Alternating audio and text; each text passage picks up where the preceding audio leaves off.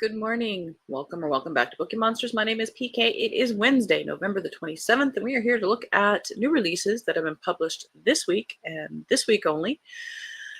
And on Wednesdays, we look at romance. Every day of the week, we look at a different genre. On Mondays, we look at cozy mysteries. On Tuesdays, we look at mysteries and thrillers. Wednesdays, romance. Thursdays, fantasy and science fiction. And on Fridays is Freeform Friday, and we look at whatever I want to look at. And usually it's leftovers from earlier in the week, quite often cozy mysteries. Hope you are having a good day. For some people, they've already started the long weekend for the holiday. For me, this is my Friday for the week. I'm extremely happy. It's our only 4-day weekend of the year other than being near death. So, quick announcements. I don't have any sprints tonight. I don't do them on Wednesday night. We will have them tomorrow on Thanksgiving.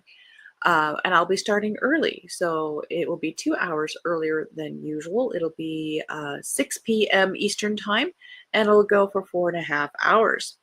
If you need a break from family, if you just want some me time, if you want some company, whatever it is you want to do, come hang out with us. Bring a friend. All right. Oh, romance. Love. And surprisingly, not hardly any Christmas ones. Maybe just one. All right, first up, Jewel of the Isle. This one had my eye from actually several weeks ago. So we'll see. Jewel of the Isle by Carrie Rea. If Emily Edwards knows one thing, is that you don't go to a remote island by yourself Ever the type A personality, Emily doesn't want to hike around around an unfamiliar island, but she's determined to fulfill her late father's national park bucket list, starting with Isle Royale National Park, home to wolves, bears, and 100-year-old shipwrecks.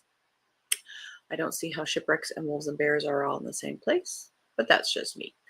She has no choice but to hire a tour guide, and there is only one that isn't booked solid, Ryder Fleet. Ryder, co-owner of Fleet Outdoor Adventures, wouldn't call himself a wilderness expert, and he definitely doesn't know how to find true north. But when his dormant adventure guide business suddenly finds life again after a random inquiry, Ryder somehow finds himself on a ferry to Isle Royale with a very beautiful, no-nonsense woman. What this woman doesn't know is that his brother Caleb, who died 2 years ago, was the outdoorsman of their business while Ryder just did the marketing. But how hard could it be to hike up a few mountains? Pretty difficult, actually, when murder is involved.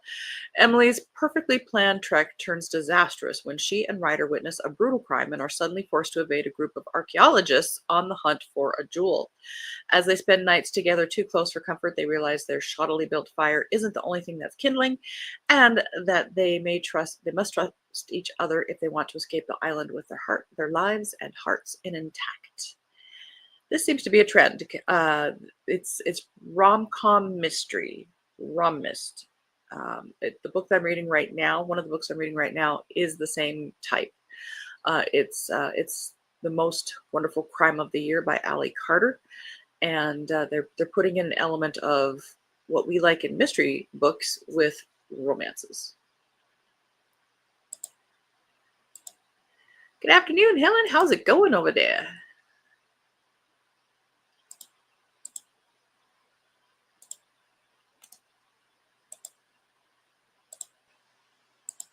Everything is Love by Aubrey Prynne.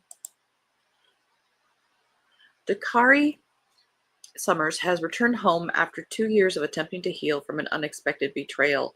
With his new contract, new team, and reconnection with his college friends, he has made a vow to himself to never fall in love again. But life back home has different plans for him, and they are going to shake him to his core.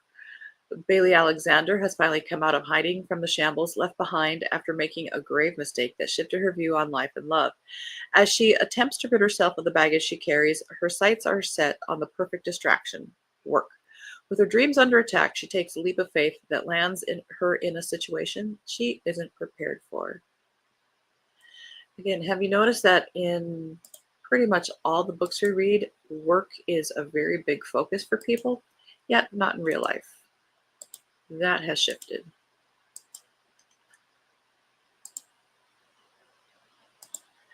Lady Anna's Favor by Karen Tuft.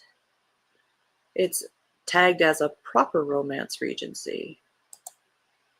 London, England, 1814. Lady Anna Clifton has arrived in London with a secret purpose. Her soldier brother has been reported wounded and missing in France, and if he is dead, his title and their family's estate will go to a horrible distant cousin, and Lady Anna will be homeless. Desperate to find, see, she had a personal angle. Desperate to find her brother alive, Lady Anna blesses her good fortune when the Duke of Ailsham offers his yacht to carry her to France so she can look for her brother there herself.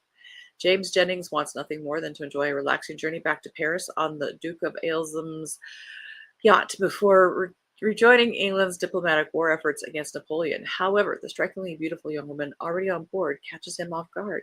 When he receives only a cold reception from her, he dismisses her outright and blasts her disruption of his trip. How dare she? Until he learns the tragic reasons she has set out on such a perilous journey. As infuriating as Lady Anna's brash behavior and indifference to him is, her search seems much too dangerous for her to undertake alone, so James reluctantly offers to assist her. The two embark on a search through France for Lady Anna's brother, all while trying to reconcile their differences. While there's a war going on, sounds like. With every step, they come closer to solving the mystery of Lady Anna's brother's disappearance, but every step also pushes their hearts closer together.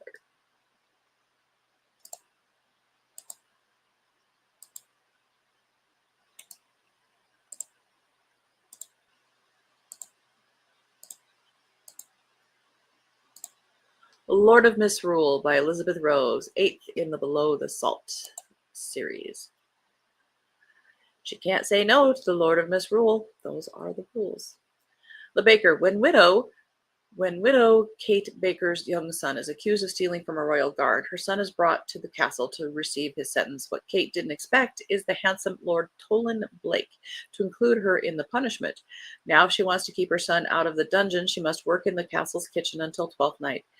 With Christmastide at her door, Kit has orders to fill her bakery and cannot leave her shop unattended. She also has a pregnant sister and her sister's jobless husband to support, as well as her own son. Let's just throw some more things on her. The Lord Tolan Blake has been put in charge of the castle during his father's absence. The only thing Tolan loves more than games and celebrating is winning. He has planned elaborate feasts as well as lots of games, drinking, dancing, and celebrating from Christmas until Twelfth Night. When a boy thief is brought before him, he must set the sentence. But when he sees the beautiful town baker, who is the boy's mother, he decides he wants to know her. The only trouble is, once Tolan gets to know Kit, he doesn't want to let her leave. Who cares about freedom? Who will find the bean in their cake and become the Lord or Lady of Misrule this Christmas? He or she holds all the power to make anyone do what they want, anything except to make someone fall in love. Love has no bounds, but marriage has rules. A noble must never marry anyone from below the salt, and she very much is. End of row 1.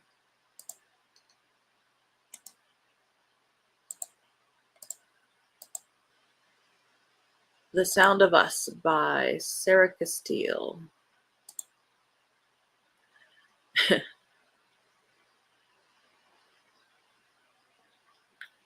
It's tagged as A Star is Born meets Good Girl Complex.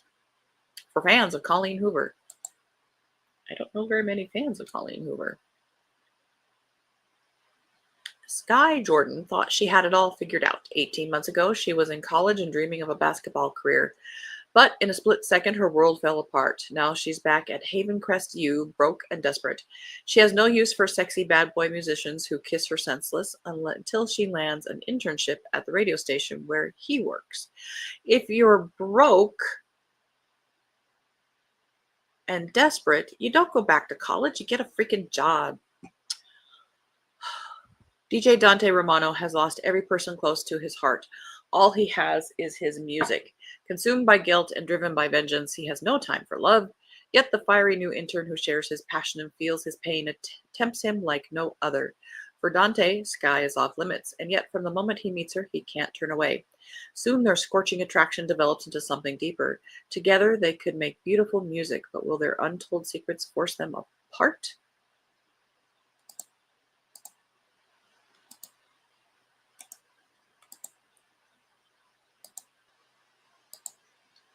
The Grump Whisperer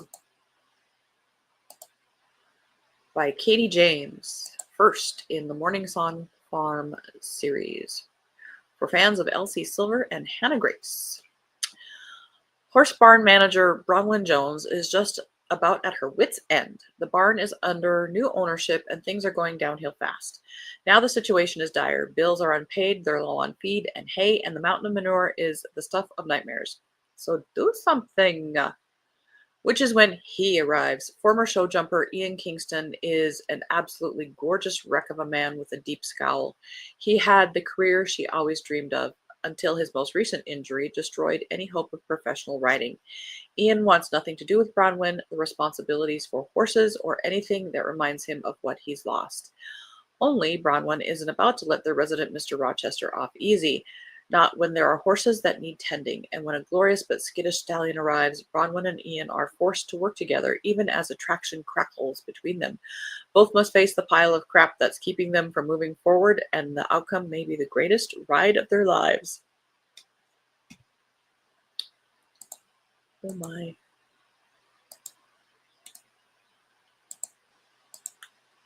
Love Delayed by Anna Black.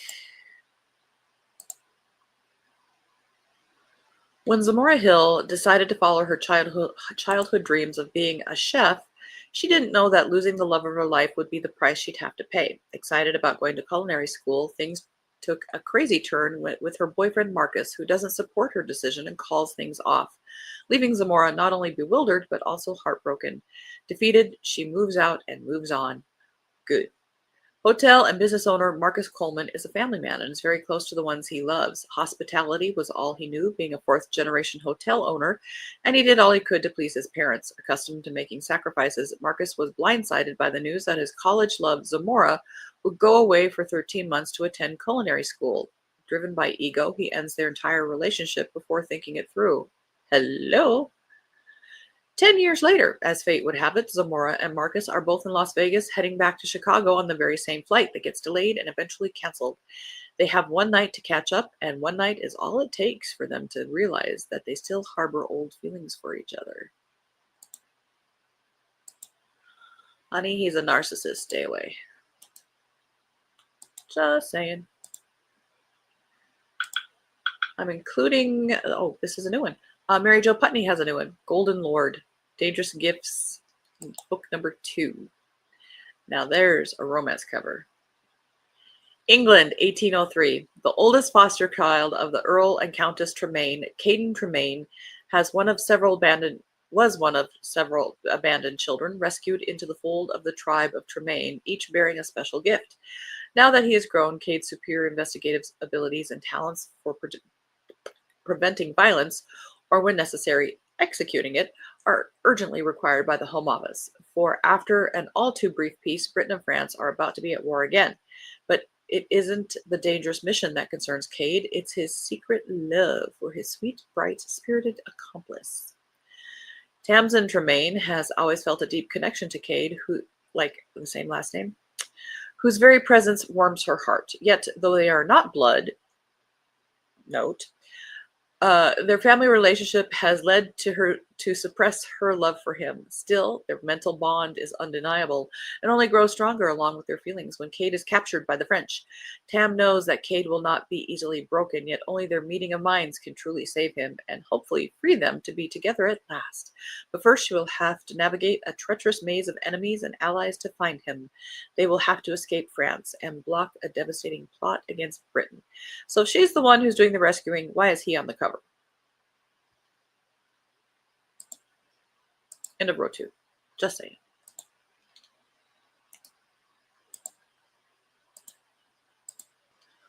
Whoop. A Worthington Wedding by Ella Quinn. First in Here Come the Grooms. Looks like this is going to be a trilogy. Charlie, Earl of Stanwood, is at his gentleman's club when he overhears from a nearby card game that the Viscount Ogden plans to gamble away a property in which some of his family live. Charlie takes a dim view of those who mistreat their dependents, and though he rarely gambles, he always wins. He's just good that way. This time is no different. Triumphant, Charlie is determined to sign the property over to the appropriate family member.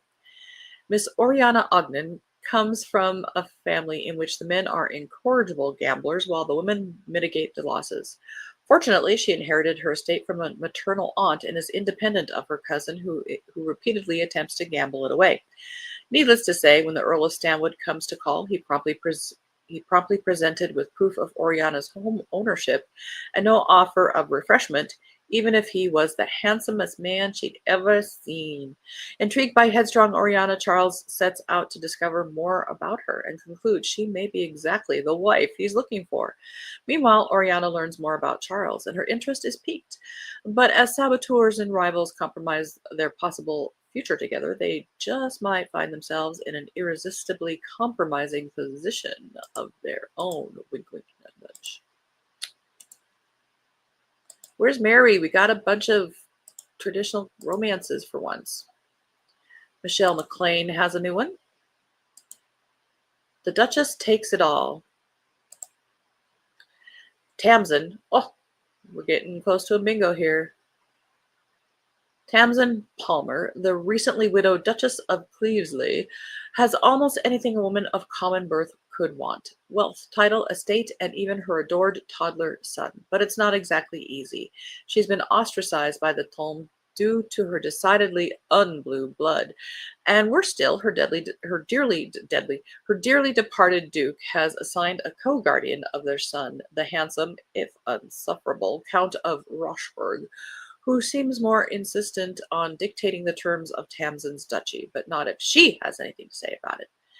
Christian August has never been so vexed in his life. He's come to help raise the Duchess's son, and in return, she's doing everything she can to destroy his peace of mind, unleashing goats, as one does, secretly shortening the cuffs of his shirts, and damn the infernal woman, driving him to distraction with her flashing eyes and soft, kissable lips. It's enough to make a man forget his duty. With every argument, the longing grows stronger. With every diabolical prank, the temptation becomes greater, and they'll risk everything to win, even if it means surrendering to a passion that will destroy them both. Like spontaneous combustion? I have questions. Destined for You. I'm including this one because even though it's a novella of 95 pages, it's by Susan Mallory, who is a name, and it is new. This is called Destined for You. Did I mention that? I think I did. When widow Angela Shepherd arrived at Whitehorn, she is looking for a new beginning and a teaching position at the local elementary school. Instead, she was found by Deputy Sheriff Shane McBride, injured and unable to remember the attackers that put her in the hospital her very first week in town. Now Shane is bound by duty to protect, because it's his job, to protect Angela and uncover the truth. But while the clock is ticking to solve the crime, Shane must attempt to get to know this beautiful but enigmatic drinking game woman in an effort on lighting a spark in her memory. Shane swore to never open his heart for love, but Angela might very well be the key to solve a deep-rooted crime and bring happiness back to his life.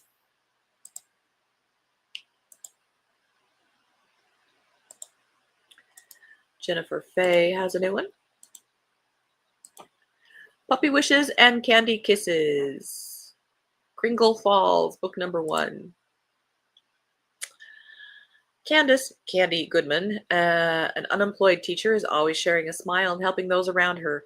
This Christmas, she has volunteered to drive 3 puppies to a shelter in Maine. However, when a road closure sends her on a detour, she gets lost in a snowstorm. Michael Bishop, a township road supervisor, has spent the past 2 years mourning the loss of his young family. As he's plowing snow late one evening, he notices something amiss. When he goes to investigate, he finds a woman and 3 puppies in a dire situation. The more time they spend together, the more he finds himself falling for her mistletoe kisses. But will it be enough for him to take a chance on love again? End of row 3. That sounds adorable.